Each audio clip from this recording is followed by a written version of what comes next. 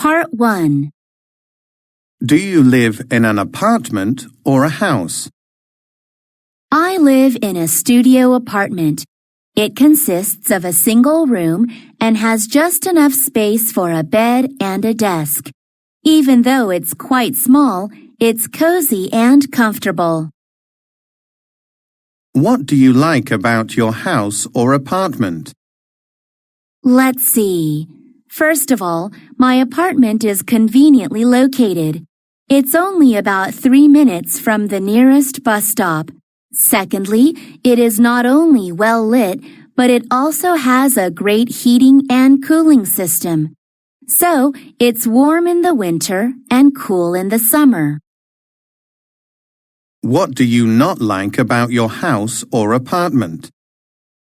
I'm content with nearly everything about my apartment, except for my upstairs neighbor. He is so noisy. For instance, he sometimes practices guitar in the middle of the night. What's more, he plays loud music all the time at full volume. What room in your house or apartment do you prefer most? I like my bedroom the most. There are a lot of cushions in it, so it is really snug. Moreover, I've got a big TV hanging on the wall. I love to watch movies while lying in bed. What can you see from the window of your house or apartment? I can see other apartment buildings and the street from my window. There are also several shops directly across from my house. To be more specific, there is a florist, a small grocery store, and a laundry service. How long have you been living there? I've been living there for 2 years now. I moved to my apartment right after graduating from high school.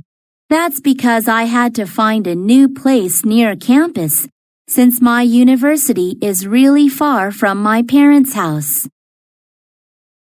Will you keep living there in the future? To be honest, I have no idea. I don't have any plans to move right now. However, if I get a new job or get married, I might need to find an apartment somewhere else. Do you want to live near your family when you get your own house? Yes, I'd love to. Even after I get my own place, I want to stay near my family if I can. That's because I don't want to spend hours on the road whenever I visit my parents. Besides, if I lived near her house, my mom would bring me hot food from time to time. Part 2. There are many important buildings in our town, but the 63 building comes to mind first. It is located in Yoido, overlooking the Han River. The closest subway station is Yoinaru Station, and it takes about 10 minutes on foot to get to the 63 building. As the name implies, the 63 building has 63 floors. It also has a unique exterior because it's covered in windows that are a golden yellow color. Due to its appearance, it's sometimes called the Golden Tower as well. The last time I visited the building was about a month ago. My sister and I went to one of its most popular facilities, the aquarium. We saw many different kinds of sea creatures, such as seals, dolphins, and penguins there. We also enjoyed the view of the city from the observatory on the building's top floor. The night view of Seoul was breathtakingly beautiful. The building is significant because it was the tallest building in Korea when it was built.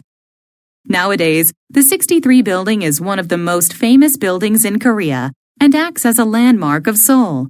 In fact, the building even represented the city in the world-famous movie The Avengers. Part 3.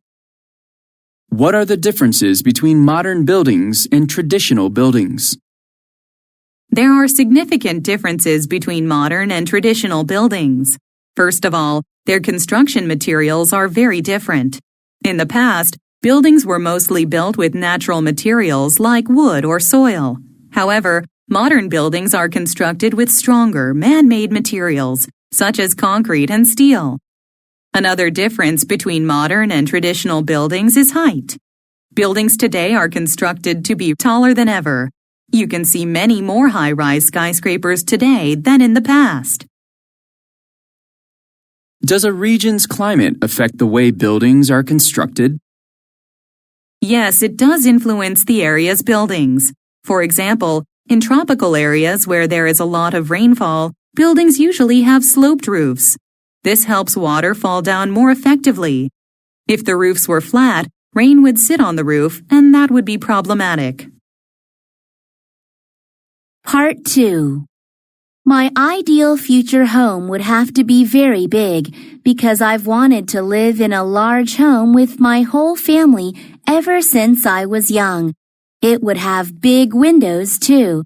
That would let in tons of natural light and fresh air and help me to wake up in the morning. I also want to have a pool in the backyard so I could invite my friends over for pool parties. In addition, it should have a gorgeous garden where my mom could spend her time. Lastly, a large and cozy living room would be a must for our family quality time.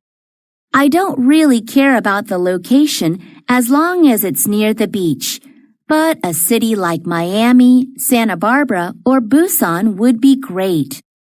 As I mentioned earlier, I want my whole family, including my grandparents, to live there with me. Living with my extended family has always been my dream, and living in this house would make my dream come true.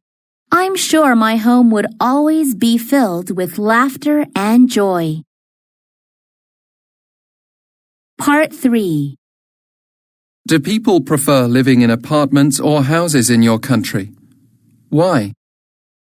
I think people in my country generally prefer to live in apartments.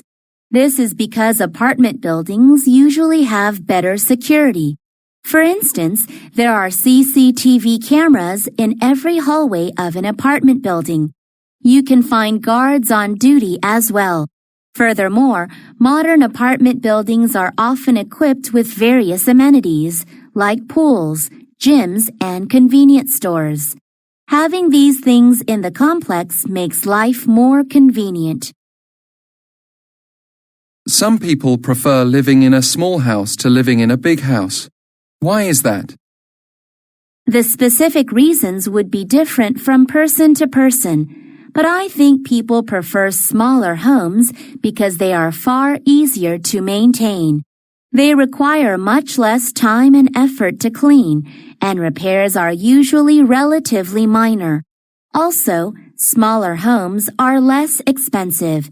This makes them a much better choice for people who are on a budget.